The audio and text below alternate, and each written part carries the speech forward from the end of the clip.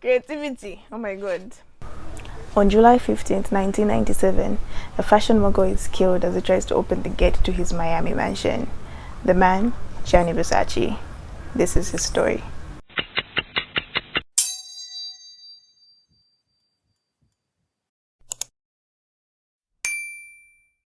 Gianni Versace was born 2nd December 1946 in Reggio di Calabria, Italy. I'll put the name right here because pronunciations, guys. Yeah, he was born around the world of design because his mother was a seamstress. She was a tailor, so he knew about clothes and fashion and everything. So when he completed high school, he wouldn't go to college. He would refuse to go to college because he wanted to be in his mother's shop, observing what she was doing. So that's how Gianni started out. Also, I know if you are watching me from somewhere where it's not Zambia, I know it's Versace. It's Versace, not Versace. But Versace just seems like a lot to say, so I'm saying Versace throughout this video. Thank you. So Versace would learn how to design from his mother, and he would forego college to pursue his passion of designing. In his mid-20s, he would go to Milan, the fashion capital of the world, and that is where he would boom as a designer.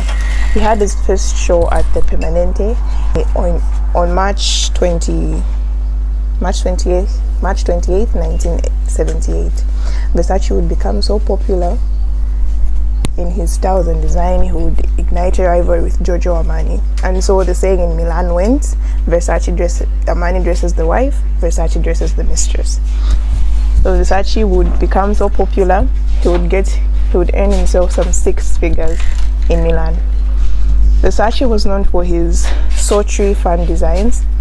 His designs were said to be architectural and artful, as well as sultry and fun. So he believed in the logic that you dress not necessarily to be covered up, but to be attractive. So you're dressing to be attractive, not to be covered up and go outside. So you're not just dressing for dressing.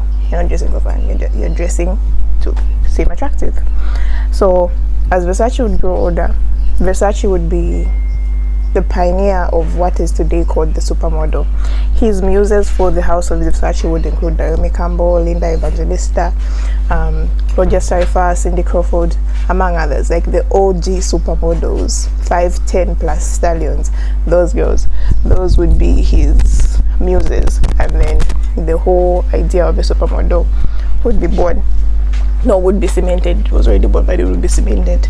Then the muses of the house of Versace were treated so well and paid so high by the house of Versace, it was almost impossible for them to be so consistent with other walking runways for other fashion brands.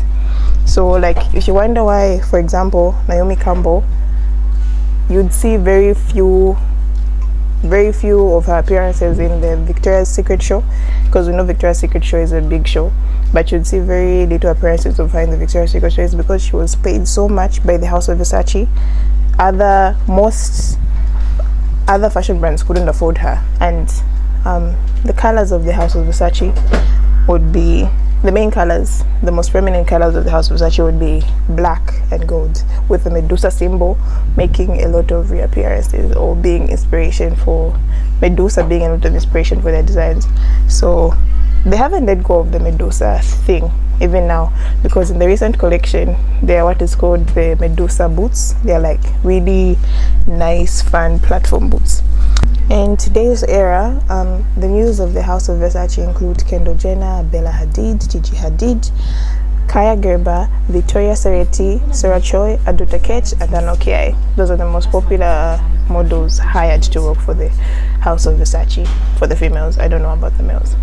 So yeah. On the side of the world, a man called Andrew Cunanan is born in Santiago to a Filipino man and an Italian homemaker woman. Cunanan would go on to attend the elite bishop school. It was an expensive school for the family, the parents to afford, but he attended it anyways. So when he went to this school, Cunanan would hide his original background. So he would pretend to be rich. so he can fit in with the cool kids. He would pretend to be rich, and he had a loud persona. So he would put on this persona of rich, legacy money playboy, basically, and he would conceal everything from his. No one knew his real background. Everyone thought he was a rich guy, but he was also very openly gay. So, yeah. His parents would mortgage off their house just to pay for his tuition. So, he really wanted to live the high life. He was that kind of guy. Despite all this, Kenanan was seen to have, but he had a very high IQ. However, his grades didn't reflect his intelligence quotient. So after he finished high school, he would enroll in the University of California in San Diego, but he would drop out because school's hard, guys. He would drop out and he would just live a clubbing life. He would find high profile or rich old men to pay for his lifestyle, and yeah, he would go clubbing. He was said to be addicted to drugs and pornography. So he really wanted a soft life really fast. So he would go to clubs where he would find these rich men, befriend them, and they would pay for his rich life.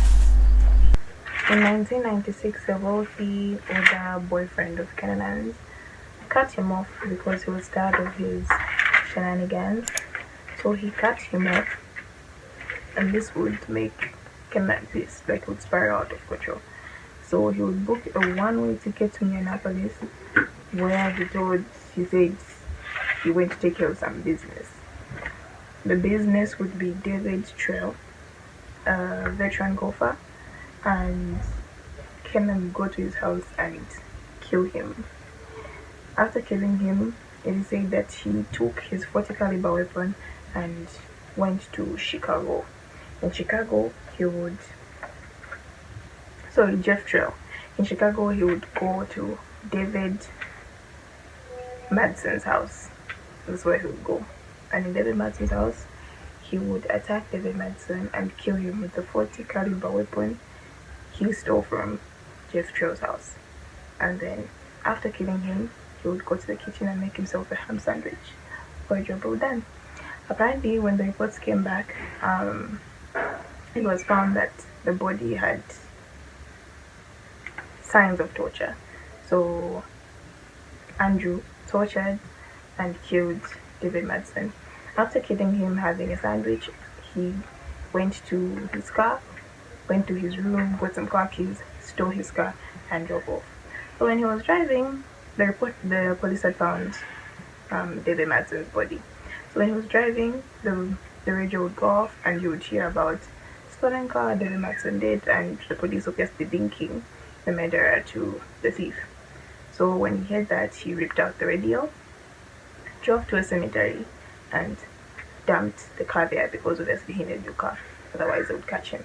He would come across William Reese, and he would kill him and steal his car, which is messed up because what did he do? Just attack the wealthy, kill the billionaires, like this is the innocent people alone. So yeah, he would kill him and take his car. He would then, so a man had to be sued for Andrew because up now he was given very much serial killer. So a man had to be sued. So they were quite unsuccessful catching him because I don't know, for some reason they were unsuccessful catching him. Andrew leaves. I had to do my makeup, finish my makeup off camera and get dressed, just because I'm still adjusting to a new scene and it's school, so I don't want other people's audios in my background. Okay, so in May 1997, 2 days after killing the man at the cemetery, Kenanan goes to New Jersey, kills 2 more people, and then May 1997, Kenan arrives in Miami 2 days after killing 2 more victims in New Jersey. So he goes to a motel. He had no money. He goes to a motel, pays like had $26 to him. It is said that he did not even pay for the hotel where he stayed the night before he killed Versace. So he stays there. He had no money, goes to a nightclub, goes to a gay nightclub, parties, drinks and all that, and he goes back to sleep. It's July 15, 1997. A 50-year-old Gianni Versace wakes up in his Miami mansion. He goes out. So yeah, he goes to a cafe just near his place, makes some calls, greets some people, buys some coffee, makes some calls to Milan, to his fashion house, asking maybe for updates or whatever. So he goes back to his house. So while unlocking the iron gate, a dark-haired man wearing a grey tank top, a baseball hat and a backpack walks up to him and kills him execution style. He's fatally shot. And that was the day Gianni Versace died. Kenanan casually walks away like nothing happened. So no one suspects him, no one sees him. July 23rd, 1997, the body of Andrew Kenanan is found in a houseboat near Miami Beach. He fatally shot himself in the head, execution style as well, using the gun he killed to kill 3 of his victims. Now, the reason behind Kenanan's killing of Gianni Versace is not known. And the police in charge of finding Kenanan, the public blames the police for not finding Kenanan sooner because the public says the police should have known that Kenan was a gay man, openly gay man. He would go after rich white men. So the public says the police should have known to go search for him in Miami. One of the theories that is believed to be the reason why Kenan killed Versace is because Kenan believed Versace was the one that gave him HIV. But according to the Versace family, there was no, actually, according to his autopsy after why? Okay. According to Kenanan's autopsy, there was no HIV in his system, so that theory is thrown out the window. The Versace family denies that their brother had anything to do with Andrew Kenanan, but they also believe, they believe that he was just a psychotic young man who wanted to kill a rich man. So yeah. There was a film that was made, American Murder Story. I don't know. I'll put the title down there. And the Versace family actually doesn't like any publications about the murder of Versace. That's because they believe it's a whole bunch of theories that are incorrect. Another reason why the Versace family disputes that Versace had anything to do with Andrew is because Versace was in a long-term relationship at the time he was killed. He had a lover. And then other theories are that Andrew was just like a psychotic serial killer.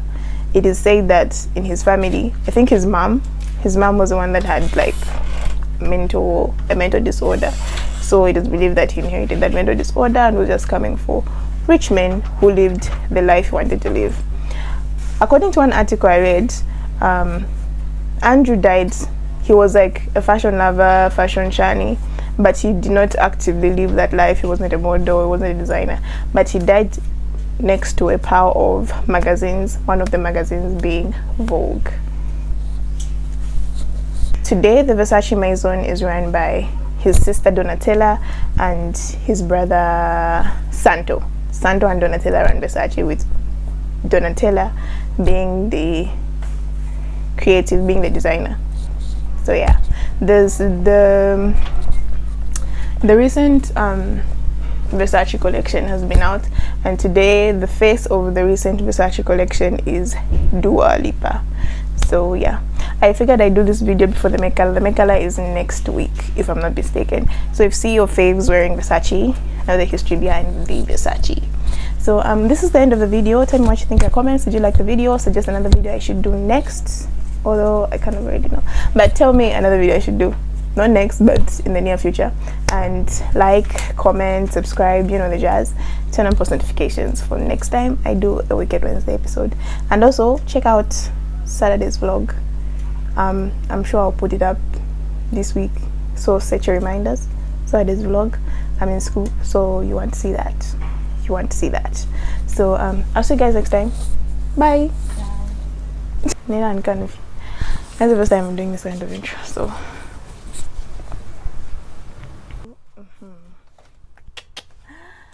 on July 15th, 1997, a fashion mogul is killed on July 15th, 1997, a fashion mogul is killed by his house as he tries to enter no. God, can I get this right? Thank you.